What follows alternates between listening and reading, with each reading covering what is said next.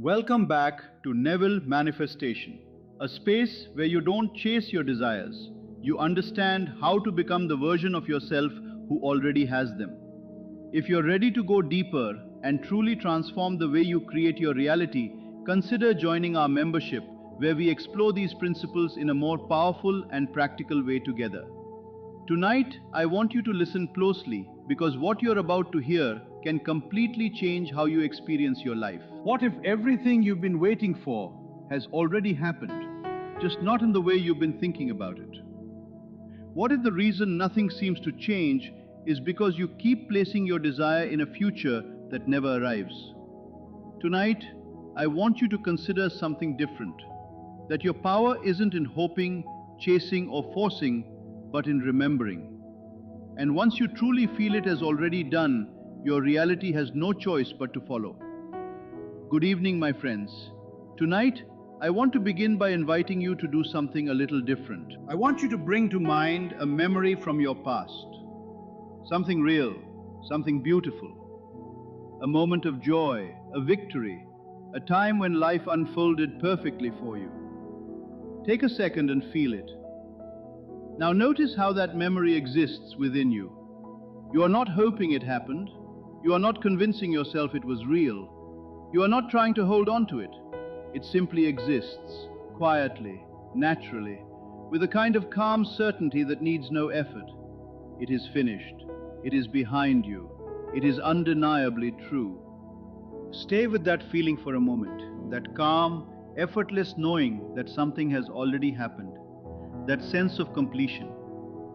Now ask yourself this: what if you could bring that exact same feeling to your desires? Not by imagining them in the future, not by trying to affirm them into existence, but by remembering them, as if they have already happened. What I'm about to share with you is one of the most powerful ways to influence the subconscious mind.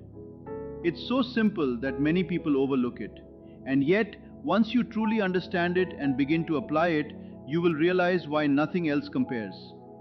I call this the thankful past technique. First, let's understand where most people go wrong. Whenever you want something, money, love, success, healing, you naturally place it somewhere ahead of you in time. You say things like, when I get this, I'll finally feel secure, or when this happens, I'll be happy. This feels normal because desire seems to point forward, but this habit is actually working against you. Every time you push your desire into the future, you are reinforcing the idea that it does not exist right now. You are feeding your subconscious the message that it is missing, absent, not yet real. And your subconscious, which responds to assumption, not effort, accepts that message and reflects it back into your life. It doesn't respond to what you want, it responds to what you assume is true. So when you live in "I will have it someday," what you are really saying is, "I don't have it now." And the result? More waiting, more delay, more of that constant feeling of almost there but not quite. This is the cycle most people stay trapped in. But tonight, you step out of it. The shift is simple but powerful. Instead of imagining your desire in the future, you begin to experience it as something already completed in the past. Here is the truth: everything else is built on. Your subconscious does not operate in the future. It does not understand "I will be" or "one day I'll have." Those are expressions of separation. They belong to the mindset of someone who is still reaching. The subconscious responds to what feels like fact. "I am" is powerful because it claims something now. But even stronger is "I was," "I received," "I remember when." Because the past carries a unique quality: completion. When something is in the past, it is done. There is no struggle around it, no uncertainty, no waiting. It simply exists as a fact. And here is the part that changes everything. Your subconscious cannot tell the difference between a real memory and one created through imagination. To it, both are simply memories. Both carry the same creative power. Think about it. Every memory you have today was once imagined in some form before it became real. So why not reverse the process? Why not create the memory first and allow reality to catch up to it? This is not about pretending. It is not about denying your current reality. This is about consciously choosing the version of reality you impress into your subconscious. Now let's talk about feeling, because feeling is everything. When you imagine something in the future, even if you do it well, there is usually a subtle effort underneath it, a sense of reaching, a slight tension, a feeling that there is a distance between where you are and where you want to be. That distance is the problem. Even if your mental image is perfect, that hidden feeling of not yet is what your subconscious responds to. But think about a real memory, something good that already happened in your life. There is no tension in it, no effort, no gap, just a quiet knowing. It happened, it was real, it's done. That is the feeling you want to recreate. This technique is about taking that exact quality, the calm certainty of something completed, and applying it to your desires. Not as something you are trying to get, but as something you are remembering. You don't chase it, you don't force it, you don't wait for it. You simply remember it as already yours. And when you do that consistently, something shifts. The subconscious accepts it as fact. And once it is accepted as fact internally, it must eventually express itself externally. That is how creation works. What you are doing here is no longer placing your desire somewhere ahead of you. You are shifting it into a past that you can feel, into something you can look back on. And the moment your subconscious receives that signal that this is already done, already experienced, already part of your life, it begins to do the only thing it knows how to do. It starts aligning your reality to match that assumption. Now let me walk you through exactly how to practice this. Tonight, before you go to sleep, choose one desire. Keep it clear and specific. Don't go for something vague like a better life. Pick something you can actually form a scene around, something you can emotionally connect to. Here is where this approach becomes different from everything you've tried before. Instead of imagining your desire happening sometime in the future, you create a memory of it already happening in the recent past. Place it a few weeks ago, maybe a month ago, whatever feels natural to you. The key is choosing a point in time that feels believable enough for you to emotionally step into it without resistance. Then build your scene carefully, but don't place yourself in the exact moment of receiving your desire. Go beyond that. Move into a moment after it has already happened, when it has settled into your life, when it feels normal, when you are simply reflecting on it as something completed.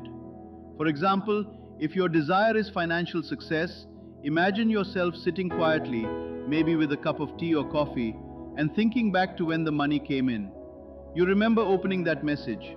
You remember the slight shock in your body, the pause where it didn't fully register yet. You remember telling someone close to you and how they reacted. Notice, you are not experiencing the moment itself, you are remembering it. That shift changes everything. If your desire is physical healing, see yourself standing in front of a mirror, thinking back to the doctor's visit from a few weeks ago. You recall how the doctor delivered the news, maybe even how calm or surprised they seemed. You remember leaving that place, sitting in your car, taking a moment to let it sink in. It's no longer something you're waiting for, it's something that already happened. If your desire is about a relationship, imagine yourself in a calm moment, maybe having coffee, reflecting on when that person reached out again. You remember seeing their name or hearing their voice after so long. You remember the silence between you for a few seconds, the emotions rising, the realization that things were finally shifting. And now, weeks later, it all feels natural again. Do you see the difference? You're not chasing anything. You're not trying to make yourself believe something unreal. You're simply remembering, and memory carries a kind of quiet authority that future thinking never does. Now let's talk about gratitude, because the type of gratitude you use here matters deeply. Most people practice gratitude in a way that still leans into the future. They say thank you for what is coming, or for what they hope will arrive. And while that has its place, it still carries a subtle sense of waiting. But this is different. This is gratitude from the perspective of someone who has already received. It sounds like, I'm so grateful that it happened the way it did, or I'm relieved it worked out, or everything fell into place perfectly. Feel that difference. This kind of gratitude has a softness to it, almost like a quiet exhale. It carries relief, completion, and a sense that the struggle is over. Not about to end, not hopefully ending, but already finished. And that feeling is incredibly powerful. Because when you feel that sense of resolution, of looking back at something that once felt uncertain but is now behind you, you are sending a clear and undeniable message to your subconscious. You are telling it, without forcing, without effort, that this is already part of your life. And once that message is accepted, reality has no choice but to organize itself around it. This is the one message your subconscious needs more than anything else. It is finished. It is already done. Let me explain what is really happening beneath the surface when you practice this. Your subconscious mind does not operate from a future-based perspective. It exists in a constant present moment where everything is either accepted as true or not. It takes whatever assumption you consistently give it and begins building your reality around that. It organizes events, shifts circumstances, creates opportunities, and even brings the right people into your life, all for one purpose: to make your outer world reflect your inner belief. If your inner state is, "I hope this happens," then your experience becomes more hoping. If your inner state is, "I'm trying to believe," then your life reflects more trying. But when your inner state becomes, "I remember when this happened," and you feel it as something real and complete, then your subconscious begins to create from that place of completion. It starts arranging your life to match the idea that it has already happened. This is not magic, this is law. The same law that has always been shaping your experiences, only now you are using it consciously, intentionally, and in your favor. Now let me give you something that will take this practice even deeper. When you step into your imagined memory, don't just feel the fulfillment itself. Also feel what it's like to be beyond the struggle that came before it. Feel the relief, not just the excitement of receiving, but the deeper, quieter relief that comes after something you've been worrying about is finally resolved. That feeling is powerful. It might sound like this inside your mind: "I used to check my phone every day, waiting for this. I don't even think about it anymore." Or, "I used to wake up in the middle of the night stressing about this, and now I sleep peacefully." Or even, "There was a time I had no idea how this would ever work out, and somehow it did." That contrast between uncertainty before and certainty now creates a very real emotional shift. And that shift is exactly what the subconscious responds to. Because hope belongs to the time before something happens, but relief belongs to the time after it has already happened. And your subconscious always creates from the feeling you are living in. So when you feel that deep sense of, "It's over, it's done, I can finally relax," you are sending one of the strongest signals possible. You are telling your mind that the outcome is already secure, and your reality will begin to move in that direction. Now there is one more truth behind all of this that changes how you see everything. The past is not as fixed as you think it is. We've been taught to believe that the past is unchangeable, that it's solid, locked in, and permanent. But in your consciousness, the past only exists as something you are imagining right now. Every time you remember something, you are not replaying a stored recording. You are recreating it in the present moment through your imagination. And that means something incredible. It means the past is just as flexible as the future. Both exist in your awareness. Both are shaped by your imagination. Both are creative. So just as you can imagine a different future, you can also imagine a different past. You can create a memory where your desire has already happened. You can make it detailed, emotional, and real enough that your mind accepts it. And once your mind accepts it as real, it becomes the blueprint your reality follows. You are not waiting anymore. You are remembering. And everything begins to change from that point forward. When you fully step into this imagined memory, something powerful happens. Your subconscious accepts it as something that has already been completed, and from that point of completion, it begins to build your reality forward, into your present moment and into what you will experience next. You are no longer trying to create from where you currently stand. Instead, you are creating from a point in the past that you have consciously chosen and impressed upon your mind. And everything between that imagined past and your current moment begins to organize itself naturally, as if it is simply filling in the missing pieces. This is not about fooling yourself. It's about understanding something deeper. that memory and imagination are not separate abilities. They are the same mental power, just used in different directions. One appears to look backward, the other forward. But both exist in the same place, your awareness. And when you begin to use this ability deliberately, with real feeling, it becomes one of the most powerful tools you have. So here is what I want you to do tonight, before you fall asleep. Choose one clear desire. Keep it simple and specific. Then close your eyes and gently move your awareness backward in time. Place yourself in a moment a few weeks ago, or maybe a month ago, whatever feels most natural, where this desire has already been fulfilled.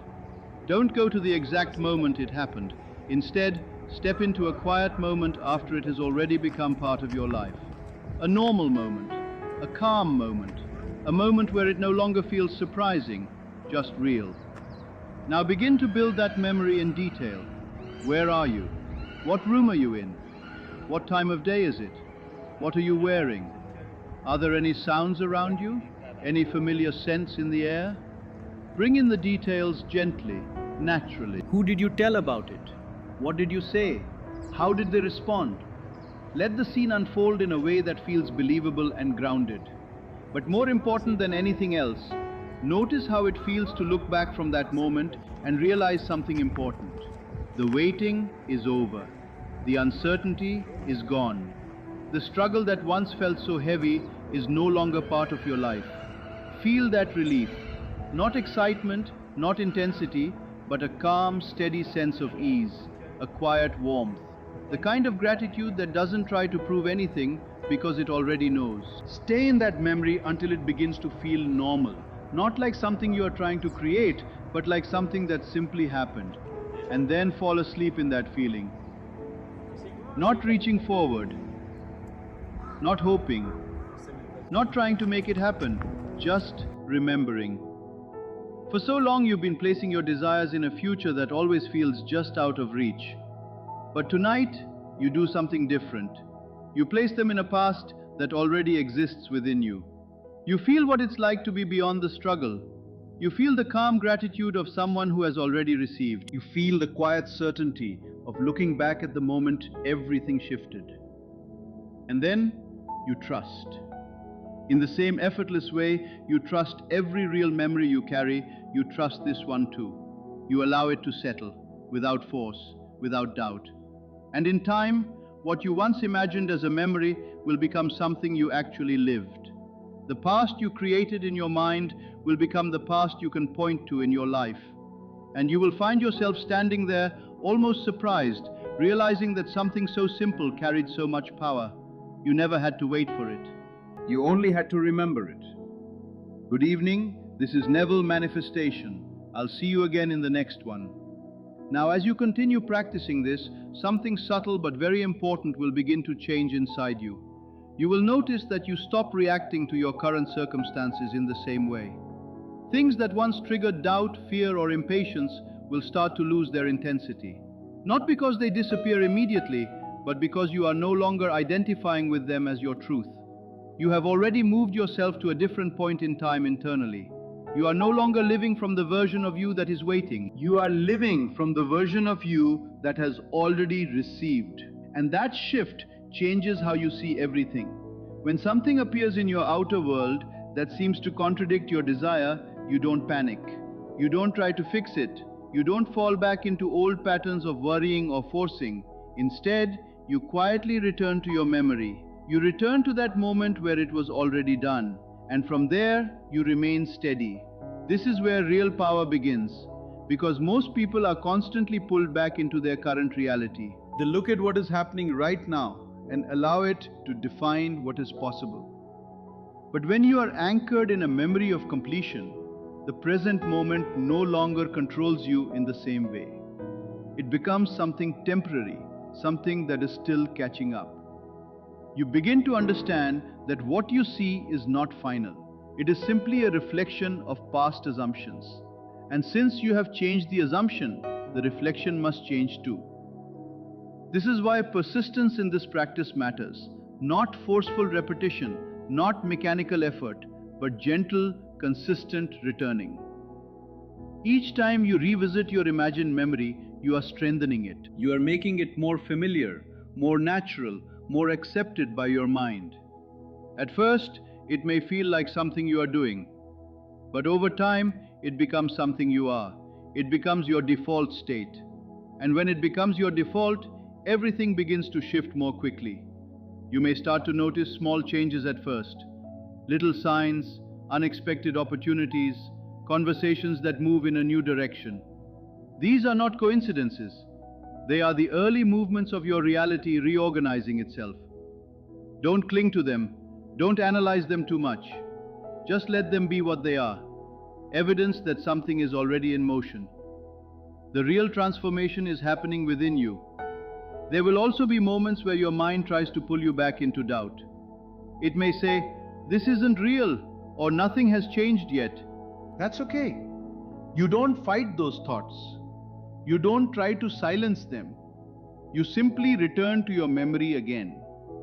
You go back to that calm, certain place where it is already done. You feel it. You rest in it.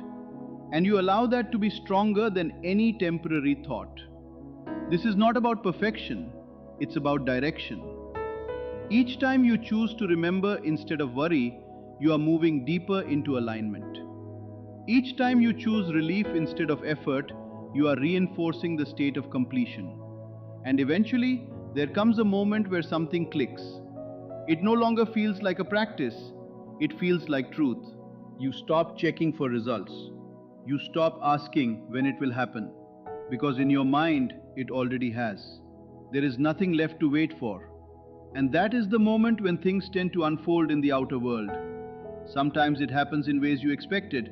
Sometimes it comes through completely unexpected paths. But when it arrives, there is a strange familiarity to it, a quiet recognition. Because in a very real sense, you have already lived it. This is why patience feels different in this state. It's no longer the patience of waiting. It's the patience of knowing. The calm understanding that what is already true within you must eventually take shape outside of you. So you move through your days differently. You carry yourself with a little more ease. You react a little less. You trust a little more. Not because you are trying to be positive, but because something inside you has already settled. And that inner settlement is what creates outer movement.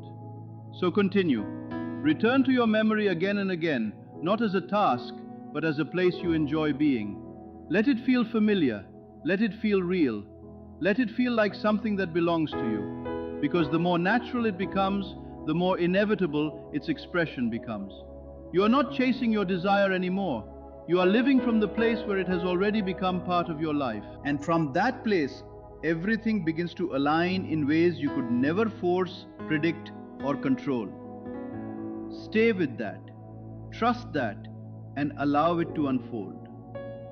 In the end, the power lies in shifting your identity from someone who is waiting to someone who has already received. By placing your desire into a felt memory of completion, you stop chasing and start living from certainty, allowing your inner state to shape your outer reality. What feels natural within you becomes inevitable around you, not through force, but through quiet alignment. When you truly accept it as already done, life begins to reflect it in its own perfect way and time.